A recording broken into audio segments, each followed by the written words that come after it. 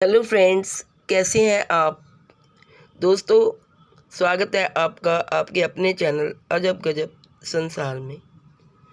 दोस्तों, आज यानी 9 अक्टूबर को शरद पूर्णिमा है और कई जगह इसे कोजागरी पूर्णिमा के नाम से भी जाना जाता है। हिंदू धर्म में वैसे तो प्रत्येक पूर्णिमा तिथि बेहद महत्वपूर्ण होती है, लेकिन शरद पूर्णिमा का विशेष महत्व है।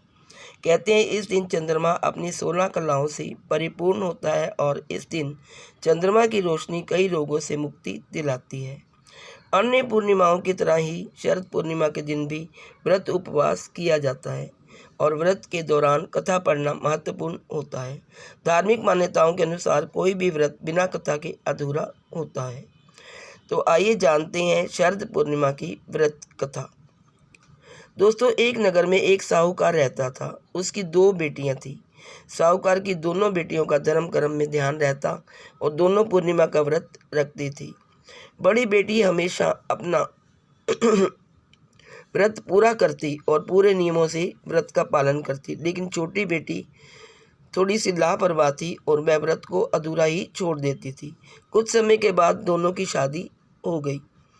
बड़ी बेटी ने स्वस्थ संतानों को जन्म दिया, लेकिन छोटी बेटी की संतानें पैदा होने के उपरांत मर जाती थी। संतानों के मृत होने से दुखी साहूकार की छोटी बेटी पंडित के पास पहुंची। पंडित ने कहा कि तुमने पूर्णिमा का व्रत हमेशा अधूरा किया है।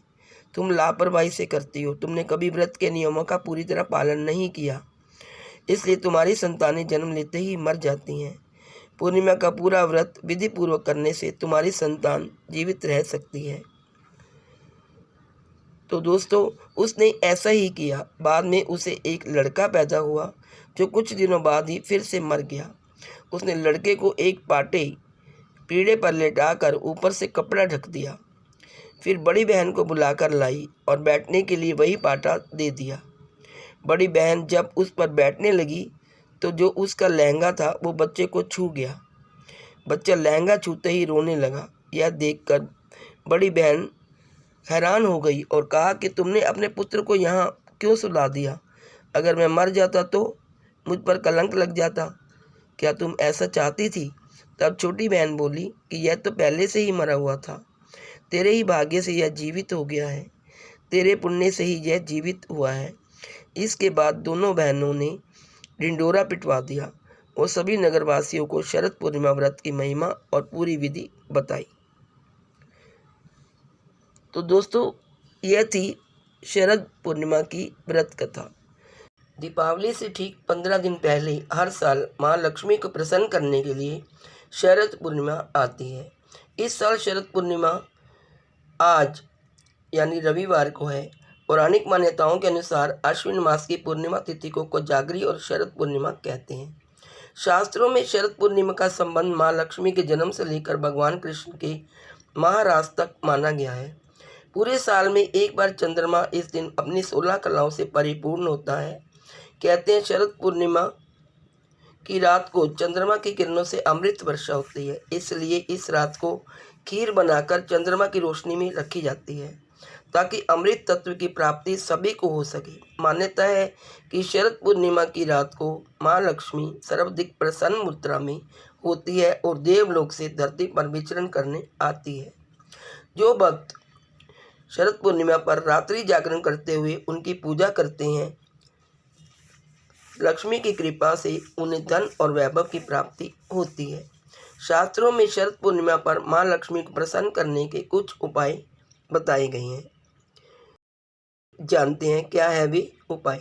शरद पूर्णिमा माँ लक्ष्मी को प्रसन्न करने के लिए सबसे शुभ तिथि मानी गई है। ऐसी मान्यता है कि माँ लक्ष्मी धरती पर विचरण के वक्त यह भी देखती है कि कौन कौन जागकर उसकी पूजा कर रहा है, इसलिए इसे कोजागरी पूर्णिमा भी कहते हैं। इस रात को लक्ष्मी पूजन करने से कर्ज से मुक्ति प्राप्त होती है। इस रात को खीर बनाने के बाद माँ लक्ष्मी का भोग लगाएं और श्री सूक्त का पाठ, कनकधारा स्तोत्र, विष्णु सहस्त्र नाम का पाठ और भगवान कृष्ण का मथुरा कंटक का पाठ करें। ऐसा करने से जल्द ही आप कर्ज से मुक्ति पा सकते हैं। मान्यता है कि समुद्र मंथन से उत्पन्न हुई सफ़ेद कोड़ियाँ माँ लक्ष्मी को बेहद प्रिय मानी जाती हैं। जिस दिन शरद पूर्णिमा हो उस दिन शाम को माँ लक्ष्मी की पूजा में लाल कपड़े में बांधकर 5 सफ़ेद कौड़ियाँ रखें और पूजा के बाद इन कौड़ियों को अपने धन के स्थान पर रख दें। माँ लक्ष्मी की कृपा आपके घर पर सदैव बनी रहेगी। माँ लक्ष्मी को पान भी बेहद प्रिय माना जाता है। शरद पूर्णिमा के दिन माँ लक्ष्मी को पूजा में पान जरूर अर्पित करना चाहिए और खुद भी पान का सेवन करना चाहिए। शास्त्रों में पान को समृद्धि का प्रतीक माना गया है। माँ लक्ष्मी को पान चढ़ाकर उसे प्रसाद स्वरूप करके सभी सदस्यों में बांट दें। एक और मान्यता के अनुसार तुलसी को भी माँ लक्ष्मी का ही रूप माना गया है और शरद पूर्णिमा पर तुलसी की पूजा करना बहुत शुभ होता है। जिस घर में तुलसी की नित्य पूजा होती है उस घर में लोगों से माँ लक्ष्मी सदैव प्रसन्न होती है। शरद पूर्णिमा के दिन तुलसी के पेड़ पर घी का दीपक जलाएं और सुहाग की वस्तुएं भी अर्पित करें। अगले दिन ये वस्तुएं किसी जरूरतमंद सुहागिन महिला को दान कर दें। ऐसा करने से आपके पति दीर्घायु होंगे और माँ लक्ष्मी की कृपा भी आप पर बनी रहेगी। अपार धन प्राप्ति के लिए शरद पूर्णिमा पर विधि विधान से माँ लक्ष्मी की पूजा करनी चाहिए। रात में माँ लक्ष्मी के समक्ष घी का चौमुखी दीपक जलाएं, गुलाब के फूलों की माला चढ़ाएं और उसके बाद माँ लक्ष्मी को सफ़ेद दूध की बर्फी और इत्र अर्पित करें। इसके बाद पूजा कनकधारा स्त्रोत का पाठ करें।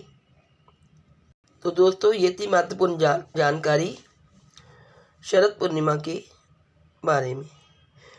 मेरी तरफ से आप सबको शरद पूर्णिमा की हार्दिक शुभकामनाएं। आशा है आपको जानकारी अच्छी लगी होगी। यदि आपको जानकारी अच्छी लगे तो प्लीज़ वीडियो को लाइक करिए और शेयर करें तथा चैनल को सब्सक्राइब करके बेल का आइकन भी प्रेस कर दें ताकि मेरी नई आने वाली अपलोड वीडियो सबसे पहले आपको मिल सके। अब लेती हूँ विदा। Take care. जय माँ लक्ष्मी। Thank you.